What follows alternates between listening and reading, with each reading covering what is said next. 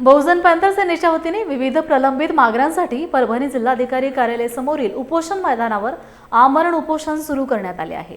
बहुजन panther सेनेचे मराठवाडा संघटक राहुल यांच्या नेतृत्वाखाली हे आंदोलन सुरू असून प्रशासनाने तातडीने निर्णय घ्यावा अशी मागणी आंदोलकांनी केली आहे। आंदोलनकर्त्यांनी दिलेल्या माहितीनुसार परभणी तालुक्यातील मौजे माळसोन्ना येथील बौद्ध समाजाच्या अनेक वर्षांपासून प्रलंबित असलेल्या मागण्यांकडे प्रशासनाचे दुर्लक्ष होत असल्याने अखेर आमरण उपोषणाचा मार्ग स्वीकारावा लागला आहे।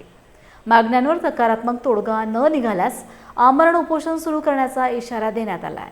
त्यानुसार आता जिल्हाधिकारी कार्यालयासमोर उपोषण सुरू करण्यात आले आहे। 50 मुंशी माझ्याजवळ आलते गावामध्ये, किंवा तुम्ही जागा तुम्हाला 10 का तुम्हाला आम्ही समजनभूमी करता जागा आम्ही देऊ। त्यामुळे द्या म्हणलं समजनभूमी। मग म्हणलं आम्हाला 10 गुंठे समजनभूमीला जागा द्या, आम्ही एकरभर तुम्हाला शाळेला जागा देऊ। तर ते म्हणले तुम्ही देणार कोण? मी म्हणलं साहेब तुम्ही देणार कोण म्हणलं गाववाल्याला। मी म्हणलं तुम्ही देणार कोण म्हणलं, तुम्ही देत नाही तर मी देत नाही म्हणलं।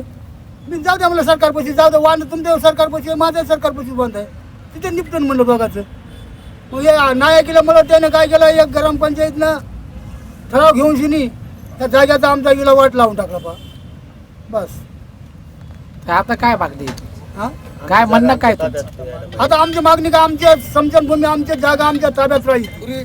पूर्वीची जागा जी आहे तेवढी जागा आमच्या ताब्यात राहावी। स्मशानभूमी आहे, त्या स्मशानभूमीवर जे 150 वर्षापासून अंत्यविधी जाळत आहेत, त्या तिथे ग्रामसेवकांनी आपल्या तिथे शिक्षण अधिकारी या दोघांनी व गाववाल्यांनी सर्वांनी मिळून तिथं ठराव मंजूर करून त्या जागेवर शाळा बांधण्याचा प्रस्ताव मांडलेला आहे।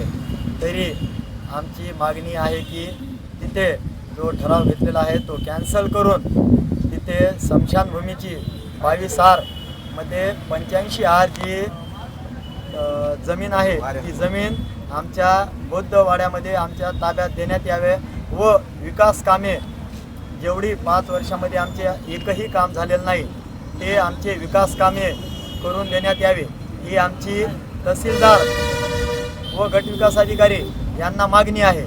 आणि जर आमची मागणी पूर्ण नाही झाली तर हे आंदोलन उपोषण हे तीव्र तहसीलदारला आंदोलन घेरावा घालण्याचं ठरवेल।